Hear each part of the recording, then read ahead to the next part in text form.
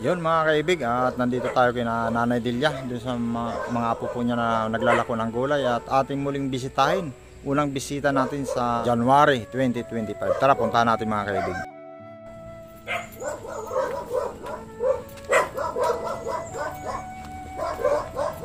Nanay Delia!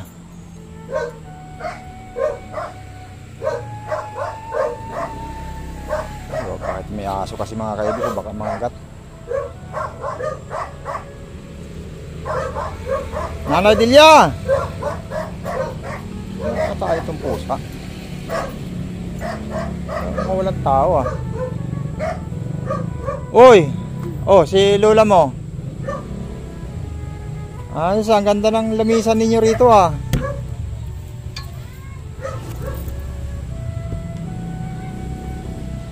Pusa nakatali.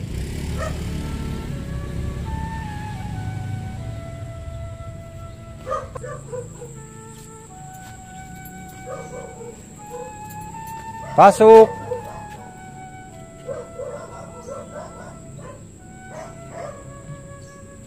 Bago na itong tirahan ni Nanay Delia.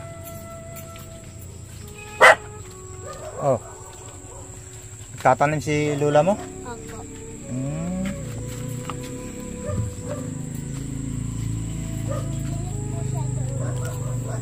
Ano to?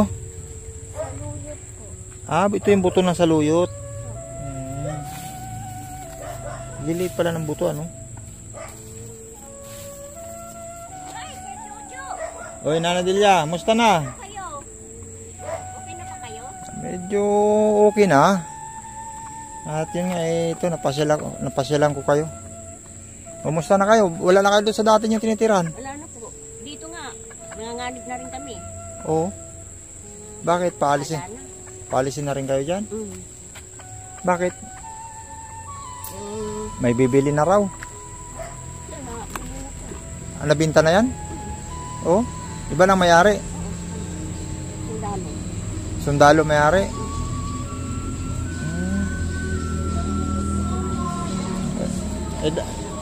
Yung nakabili, hindi nyo nakausap. Napunta ko dito. O dapat sabi yung kwan, dito muna kami hanggat hindi nyo pa pinapagawa. Gagawin nila ng budiga yan kasi negosyante. Ah, gagawin ng budiga. Yun doon sa dulo, kay Sir Aaron yun. Ito dito, yun ang gagawin budiga. Ah, ibig sabihin kalahati lang. Oo. Ito kasama to. O tapos dito, paalisin na rin kayo rito. O may mga plywood na kayo ah. Ano yan? Plywood. Hindi akin yun, sir. Ah, hindi ba sa'yo? Kay Sir Noli ho yan, gagawin daw ata ng kisame, gawang gagawa siya dyan ng ano. Ah, pang kisame niya. Ayun saan si Jinky? Pumasok po sir, pang umaga, panghapon po yun eh. Ah, panghapon. Ito, pang umaga. Siya ang pang umaga. Eh gusto na nga magtigil ng pag-aaral, nakausap lang ako eh. Yung ibig sabihin, hindi nyo na napalago yung kan? Yung Meron po akong pera dyan, sir. Oh. Eh, hindi ko naman humaano kasi dahil mula namatayan kami ng apo ko. Isa nga pala sir, dito tayo mo po. Para may kwento ko sa yung buong pangyayari. Sige, sige. Marami silang akong bandaritas dyan. Kaya lang, madilim ata rito. Namin, madilim. Oo nga. Oh, mga maganda itong yero mong nagamit dito ah. Puro butas lang ho yan. Kay Sir Noli ho yan. Ito? Oo, kay Sir Noli ho lahat yan. Ah, itong yero na to? Lahat yan. Ito lahat? Kay Sir Noli. Ay, yung mga yero ninyo doon nagamit ko na, bininta nyo na mga bulok? Hindi naman sa akin sila nagbenta eh. Bakit? Pinaubaya ko na sir. Mahirap naman na makipag-agawan pa ako doon. Eh, bakit sila magbenta? Binili na natin yon. Eh sila nagbaklas. Kaya sabi ko, sige sa inyo na. Ay. Sila nagbaklas eh. Sabi ng kay Glo, dapat binidyohan ko daw habang binabaklas. Sabi ko, videohan ko man yan. Ano pang magagawa namin? Wala na rin naman. Di sayang yun. Sa atin yun eh. Kaya nga. Magkano bili natin doon? 25,000 bili natin doon. Durug-durug. Itong tatlo na ito, galing din sa kanila yan. Pero binayaran niya ni Sir Aaron ng 3. Ay, itong tatlo, kasi sinisingil ng 300 Sir Aaron. Ang ginawa ni Sir Aaron, yun na daw ang pambayad yung bibinta nila. Kundi yun, labor rin yun.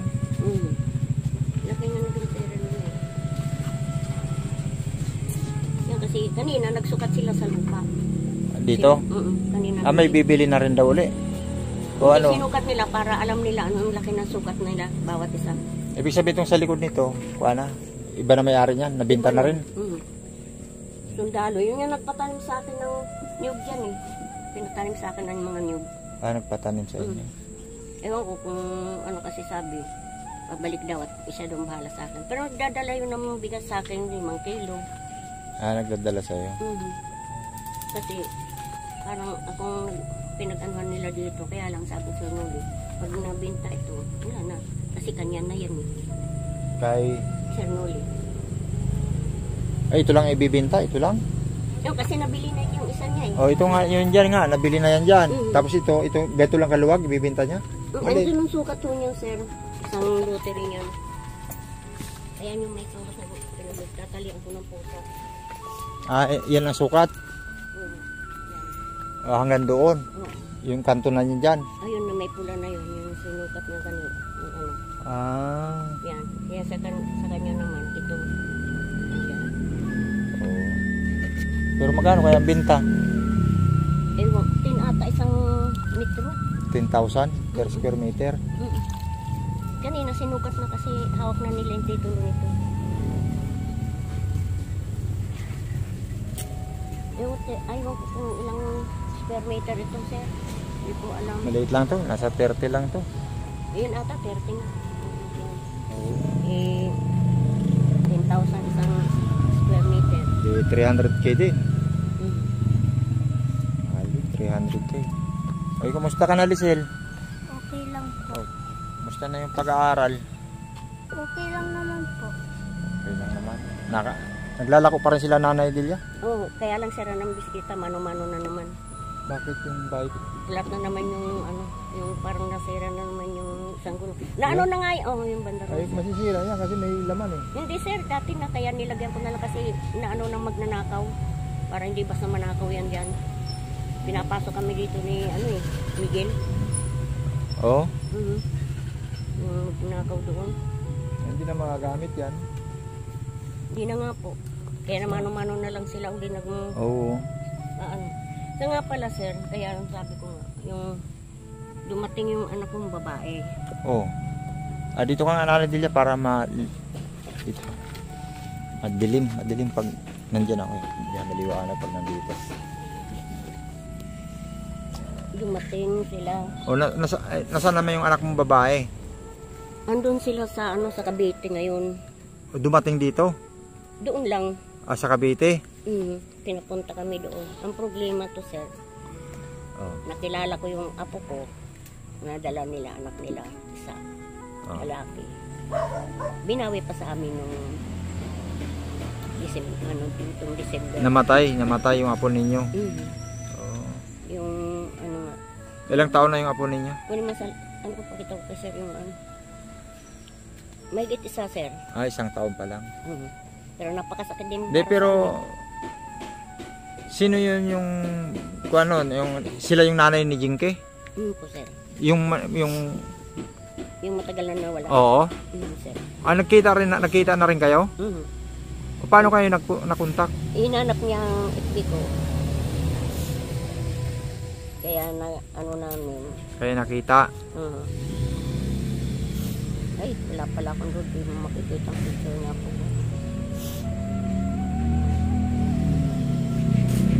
Bakit napaano yung apo niyo? Biglaan lang naman yung sir eh. Nadilagnat. Ang sabi, nagngingipin. Tapos dinala nila sa ospital at nahirapan nga daw huminga. Doon sa ospital, mahirapan daw huminga. Tapos,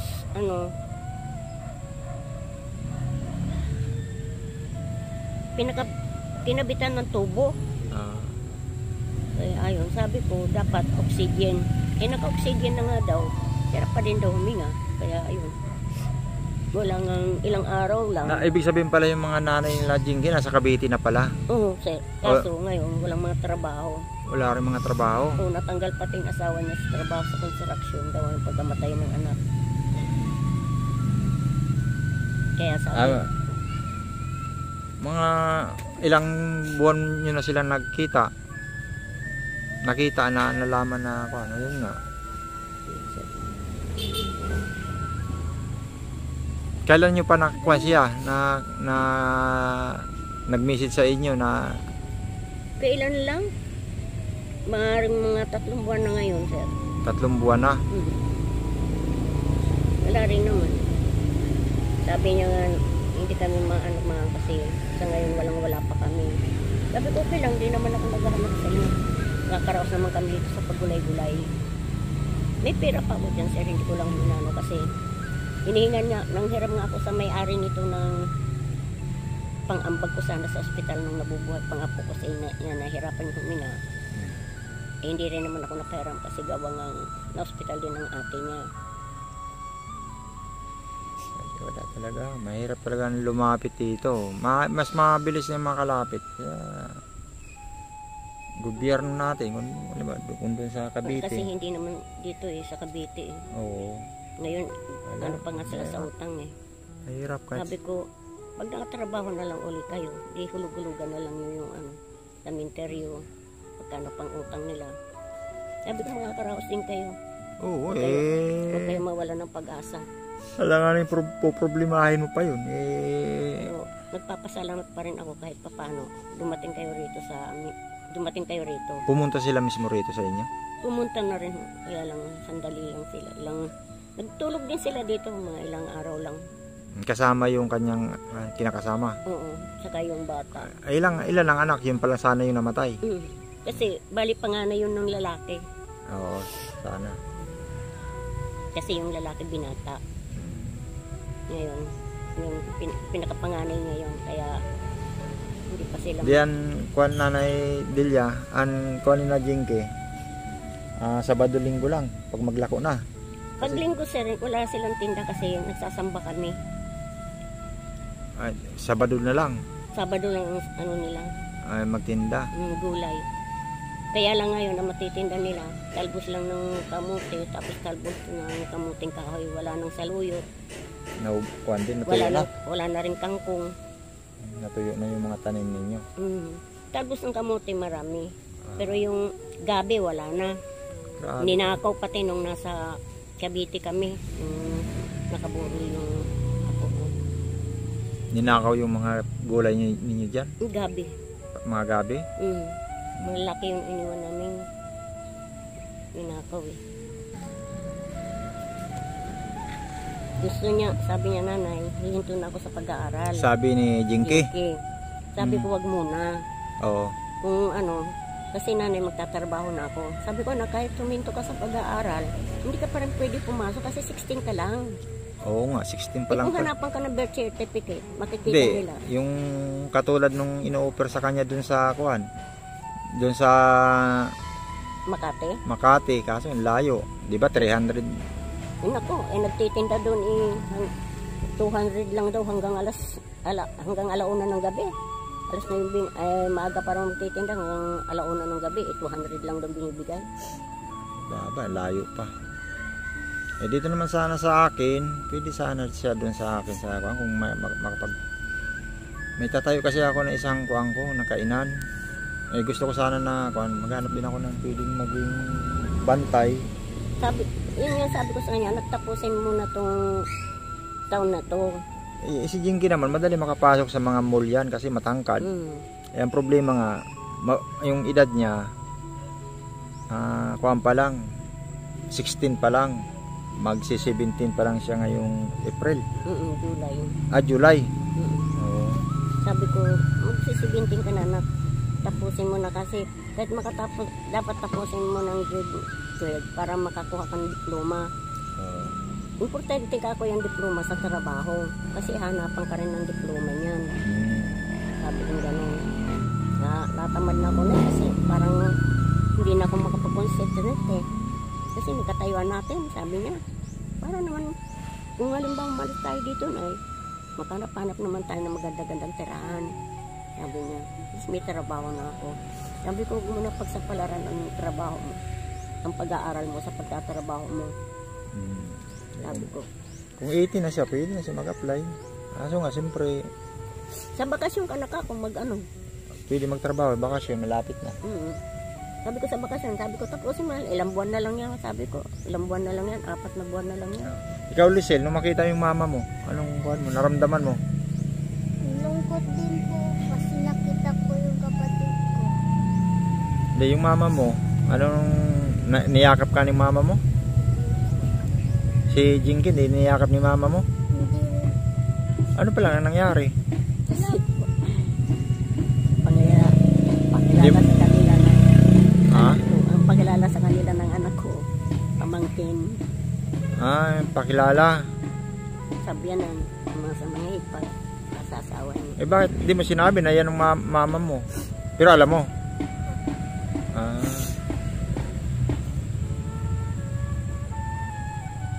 Hirap din talaga ng buhay ngayon. Lalo't wala kang kuwan talaga. Katulad nga niyan, paalisin na rin pala kayo dyan. Iniipit-ipit ko nga sir ng ano, pero yung ginagastos ko rin sir. Pero meron pa Hindi, rin wala namang bigyan problema. ko. Diyan, kuhan ko lang sana sa yung magnegosyo nga, yung Na ano ko sana yung, di ba may tindahan dyan na sa bungad na? oo. Yan sana ang binabalak ko, kaya lang, ang mahal naman ng upa. 4-5, At mahal. mahal nga. Pero malakas ang tindahan nga dyan. Basta yung kahit kumita lang ng 200, may kikitain kang 200 araw-araw. Wala pa, mahina na rin para sa kumita. Pero pan din naman, gusto ko, marami na lang pinapasilduhan dyan. Ilan yung pinapasilduhan ko? Siguro araw-araw, siyam. Ang dami din. Oo, may 500. Yung isang araw, may 400. Oo. Ayos ah. May pinakamababa ko ata doon, 300 o 350. Kaya sa 350 na, okay na yun. Oo, marami. Pag makakaipon ka na dyan. Kaya lang, siyempre, kuhan yun, may panggabi kasi ako. Kaya lang, may pang-araw, may panggabi. Pero kahit pa paano, nakaka-survive naman. Ayun lang Nanay Delia, at baka bumalik ako rito. Ito, bigyan ko kayo ng 500. Para may, kahit pa paano ito, Salamat po sir. 500 ka. Tamang-tama. Salamat po sir.